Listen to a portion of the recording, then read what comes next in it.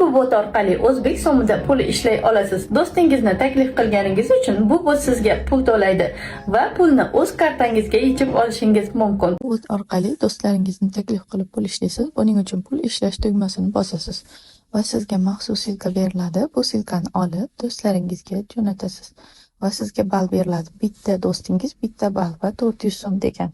Kamida 15 ta ball yig'ilgandan keyin pulni almashtirib olsangiz bo'ladi. Mana kanal isbotida to'langan pullar bor. U yerda ko'rib kuzatib tursanglar bo'ladi. Mana bugun to'langan. Endi bizda 15 ta odam yig'ilgan. Hozir pulni yechib ko'ramiz. Bot to'layaptimi, yo'qmi? Ma'lumotlar degan joyda sizni ma'lumotlaringiz turadi. Nechta do'stingizni taklif qildingiz, nechta odam kelib qo'shildi, hammasi va qancha pul yig'ildi, shularni mana shu yerdan ko'rib tursangiz bo'ladi. Mana 15 ta ball bor, 6000 so'm degani.